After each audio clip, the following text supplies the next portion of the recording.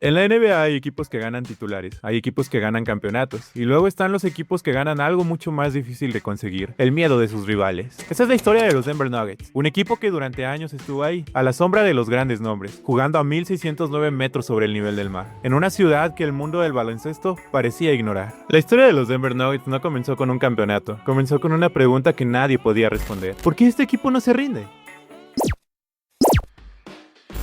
En septiembre de 2020, encerrados en la burbuja de Orlando, los Nuggets lograron algo que ningún equipo había conseguido en la historia de la NBA: remontar 2 series consecutivas desde un déficit de 3-1. Primero contra Jazz, luego contra los Clippers de Kawhi Leonard y Paul George. Jamal Murray promedió más de 26 puntos en esos playoffs. Jokic ya mostraba destellos de lo que vendría, un centro capaz de orquestar una ofensiva entera desde el poste alto. La semilla de lo que vendría se plantó con paciencia. Nikola Jokic, un serbio que fue pick número 41 del draft de 2014, seleccionado mientras Taco Bell pasaba un comercial, se convirtió en la pieza central de un proyecto que apostaba por la inteligencia sobre el atleticismo, por la visión sobre la velocidad, un centro que pasaba como un armador, que leía el juego 3 jugadas antes que todos, y que jugaba con una calma que desconcertaba a sus rivales. Sin embargo, la adversidad tiene una forma cruel de recordarte que el destino no se construye en línea recta. La lesión de Murray en abril de 2021 fue un golpe devastador. Sin su segunda estrella, Jokic cargó al equipo en sus hombros, ganó su primer MVP y llevó a los Nuggets a playoffs, pero sin Murray, el techo era visible. Cayeron ante Phoenix en segunda ronda. La temporada 2021-2022 fue una lucha de supervivencia. Murray seguía fuera, Jokic ganó un segundo MVP consecutivo, pero los Nuggets cayeron en primera ronda ante Golden State. La narrativa mediática era clara: Jokic es increíble, pero ¿puede ganar un título? En junio de 2023, los Denver Nuggets hicieron lo que nadie creía posible. No solo ganaron su primer campeonato en la historia de la franquicia, lo hicieron aplastando a todos en el camino. Los números hablan por sí solos: 16 victorias, solo 4 derrotas en toda la postemporada. Barrieron a Minnesota en primera ronda, eliminaron a Phoenix en 6, derrotaron a LeBron y los Lakers en las finales del oeste por 4-0, y en las finales de la NBA vencieron al Miami Heat en 5 juegos. Jokic fue MVP de las finales con promedios de 30.2 puntos, 14 rebotes y 7.2 asistencias. Murray fue letal con 24 puntos por juego. Aaron Gordon, adquirido en 2021, finalmente había encontrado su hogar como el ala pívot defensivo perfecto para este sistema. Michael Porter Jr. aportó 17 puntos por partido. Bruce Brown fue el sexto hombre revelación. Todo encajaba, Denver era campeón. Pero ganar un campeonato y cambiar la percepción son dos cosas muy diferentes. Incluso después de arrasar en los playoffs, muchos analistas trataron el título de Denver como una anomalía. No tenían el glamour de Los Ángeles, no tenían la mística de Boston, no tenían el marketing de un equipo de mercado grande. Jokic, el mejor jugador del mundo, seguía siendo tratado como un producto de nicho, un secreto a voces que la liga prefería susurrar.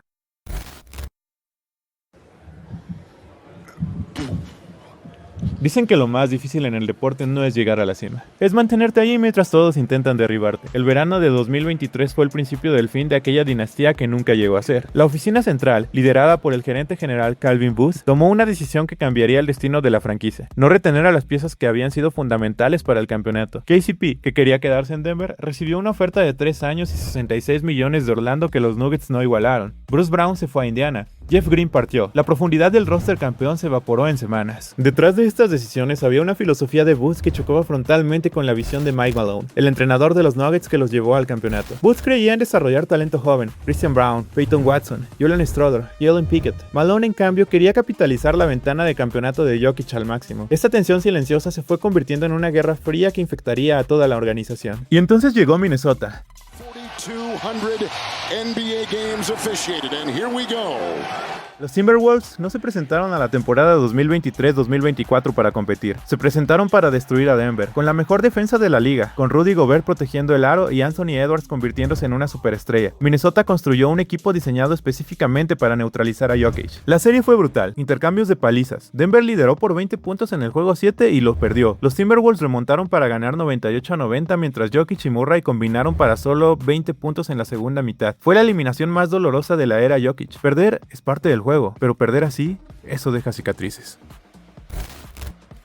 La temporada 2024-2025 fue un desastre controlado, o quizás un desastre sin control. Los problemas que habían hervido a fuego lento finalmente explotaron. La guerra entre Malone y Booth se había vuelto tóxica. Entrenadores, personal de la oficina y hasta el staff de apoyo se sentían obligados a elegir bando. Los jugadores estaban, en palabras de una fuente del equipo, miserables. Jokic, mientras tanto, estaba teniendo una temporada histórica a nivel individual, 30 puntos, 12.8 rebotes y 10.2 asistencias de promedio, pero ni siquiera el mejor jugador del planeta podía compensar el disfuncionalismo organizacional. La defensa del equipo se hundió al puesto 22 de la liga, permitiendo 116.9 puntos por partido. Murray luchaba con lesiones crónicas, el vestuario estaba fracturado. A 3 juegos del final de la temporada regular, la franquicia tomó la decisión más impactante de la última década: despedir al entrenador que los llevó al campeonato y al gerente general que lo construyó. David Adelman, hijo del legendario entrenador Rick Adelman, heredó un equipo roto emocionalmente pero con una certeza: Nikola Jokic y Jamal Murray seguían ahí, y mientras esos dos estuvieran en la cancha, Denver podía competir contra cualquiera. Adelman ganó sus 3 últimos partidos de temporada regular, luego llevó a los Nuggets a eliminar a los Clippers en 7 juegos en primera ronda, y después empujó al que sería campeón, los Oklahoma City Thunder, hasta un 7º partido en semifinales de conferencia. Aquel juego 7 fue revelador. Aaron Gordon jugó con una sola pierna funcional, arrastrando una lesión que limitaba cada movimiento. Adelman lo llamó una de las cosas más increíbles que he visto jamás. Gordon grabó 11 rebotes, anotó 8 puntos y sobrevivió 24 minutos de guerra, pero al final, sin profundidad de bancas, sin piezas de reemplazo, los Nuggets cayeron 125-85. El Thunder avanzó y eventualmente ganó el campeonato, pero en esa derrota hubo algo que el mundo no vio: una declaración de principios. Denver, con su roster diezmado, su entrenador interino de 3 semanas y su mejor jugador cargando un equipo entero, había llevado al equipo que sería campeón al límite. La lección fue clara: mientras Jokic respirara, Denver era peligroso. El verano de 2025 fue diferente. Esta vez, la oficina central escuchó. Ben Tenser y John Wallace, los nuevos líderes de operaciones, entendieron algo que Booth no logró ejecutar. Hay que construir alrededor de Jokic y Murray, no a pesar de ellos. Cada movimiento del verano tuvo un propósito clínico. El 22 de mayo, David Adelman fue confirmado como entrenador titular. Los jugadores habían hablado. Ben Tenser y John Wallace asumieron como líderes de la oficina de baloncesto, sucediendo a Booth, y su primer movimiento fue una declaración de guerra. El 8 de julio, Denver cambió a Michael Porter Jr. y una primera ronda sin proteger de 2032 a los Brooklyn Nets a cambio de Cameron Johnson. La movida fue audaz. Porter Jr. era pieza del campeonato de 2023 y ganaba $38 millones. Johnson, un tirador de 39% desde 3 para su carrera, costaba solo $21 millones. La diferencia salarial liberó espacio para reconstruir la profundidad del roster. Bruce Brown, el sexto hombre del campeonato de 2023, volvió a Denver con un contrato mínimo de veterano. La química que faltó durante 2 años estaba de vuelta. Jonas Valanciunas. Por primera vez en la era Jokic, Denver tenía un centro suplente de verdad, un seguro para cuando el Joker necesitara descansar. Tim Hardaway Jr., otro tirador más para espaciar el piso alrededor de Jokic y Murray. Las piezas estaban en su lugar, el nuevo capítulo estaba por escribirse, pero en Denver nada es fácil.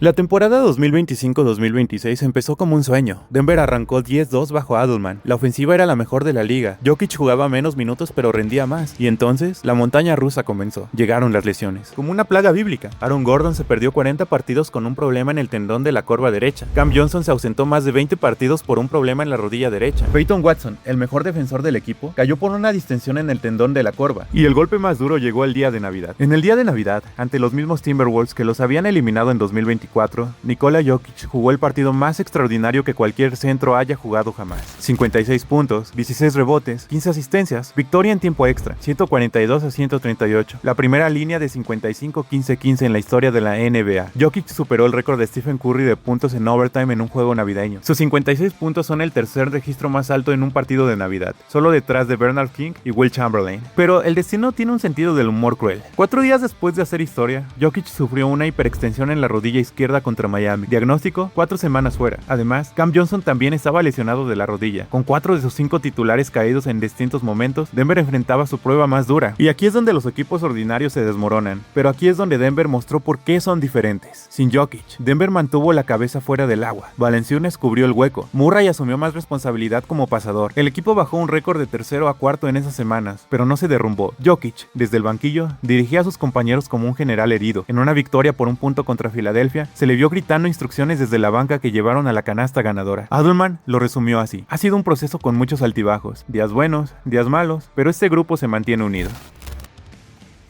Jokic regresó en febrero, Johnson regresó poco después, y algo cambió en la química de este equipo, como si las semanas de sufrimiento hubieran forjado algo más fuerte que el talento, hubieran forjado convicción. Jamal Murray estaba jugando la mejor temporada de su carrera, promedios de 25 puntos por partido, 7.1 asistencias, 4 rebotes y un 48.3% de tiro de campo. Fue seleccionado como All-Star por primera vez. El chico que rompió la burbuja de 2020, que se destrozó la rodilla en 2021, que fue cuestionado durante 2 años, estaba en el punto más alto de su carrera. Jokic, en su regreso regreso, siguió acumulando números de videojuego, 28 puntos, 13 rebotes, 11 asistencias por partido, líder de la liga en asistencias y rebotes por juego simultáneamente, la primera vez que un jugador lo logra en una sola temporada, 32 triple dobles, un 57.2% de tiro de campo, todo con una eficiencia que desafía la lógica. Denver cerró la temporada con 12 victorias consecutivas, la racha más larga en la era Jokic, la más larga de la franquicia desde las 15 victorias seguidas de 2012 y 2013. Dentro de esas 12 victorias estaban triunfos contra Spurs, Knicks, Raptors y una paliza de 127-107 a Oklahoma City Thunder, el líder indiscutible de la liga con récord de 64-17. Cuando Denver está sano y en ritmo, no hay sistema defensivo que los detenga, no hay matchup que los incomode, son la ofensiva número 1 de la NBA, promedian 122 puntos por partido, lideran la liga en porcentajes de tiro de campo y tienen al mejor jugador del planeta dirigiéndolo todo desde el poste.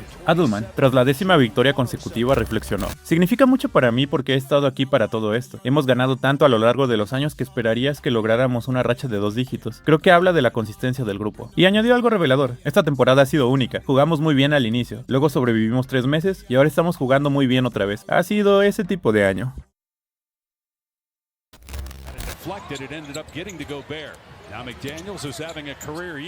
Así que aquí estamos, abril de 2026. Los Denver Nuggets están a punto de comenzar su 8ª postemporada consecutiva. Tienen al primer jugador en la historia de la NBA en liderar a la liga en rebotes y asistencias por partido en una misma temporada. Tienen un equipo que cerró con 12 victorias seguidas y que nadie quiere enfrentar. Su rival en primera ronda, los Minnesota Timberwolves, 6º seed, el mismo equipo que los eliminó en 2024, el mismo equipo al que Jokic le hizo 56 puntos el día de Navidad, la tercera vez que se enfrentan en playoffs en 4 años. Esto ya no es una serie, es una rivalidad. Denver ganó la serie de temporada regular 3-1. Jokic fue imparable contra Minnesota toda la temporada. Murray promedió 31.5 puntos contra los Wolves con un 43.6% desde 3, pero como Adelman sabe mejor que nadie, la temporada regular no gana campeonatos. La pregunta real no es sobre números, es sobre identidad. ¿Pueden estos Nuggets ganar un campeonato? ¿O son simplemente el equipo más incómodo de la liga? Esa piedra en el zapato que todos quieren evitar pero no creen capaz de llegar hasta el final. La defensa sigue siendo una interrogante, puesto 21 en rating defensivo. Las lesiones de Watson privan al equipo de su mejor defensor perimetral. La conferencia oeste es un campo minado. Oklahoma City terminó 64-18 con la mejor marca de la liga. Spurs, con Víctor Wembanyama y De'Aaron Fox, ganó 62 partidos. Houston tiene a Kevin Durant. Los Lakers tienen a LeBron James, Luka Doncic y Austin Reeves, aunque llegan heridos. La historia de los Denver Nuggets desde 2020 hasta hoy es la historia de un equipo que nunca tuvo el camino fácil, que perdió a sus piezas de campeonato, que vio cómo su organización se fracturaba, que sufrió lesiones devastadoras, que cambió de entrenador y de gerente general en plena temporada, y que, a pesar de todo, sigue aquí, sigue dando miedo, sigue siendo el equipo que nadie quiere enfrentar. Porque al final, la respuesta a la pregunta del título de este video es simple. ¿Por qué nadie quiere enfrentar a este equipo? Porque tienen a Nikola Jokic, porque tienen a Jamal Murray en noches donde se convierte en una bestia, porque tienen a Aaron Gordon como el guerrero invisible, porque tienen profundidad real por primera vez en años, y porque tienen algo que no se puede medir con estadísticas: la memoria del dolor, la cicatriz de cada eliminación, de cada traición organizacional, de cada "estos Nuggets no pueden" que han escuchado durante 3 años.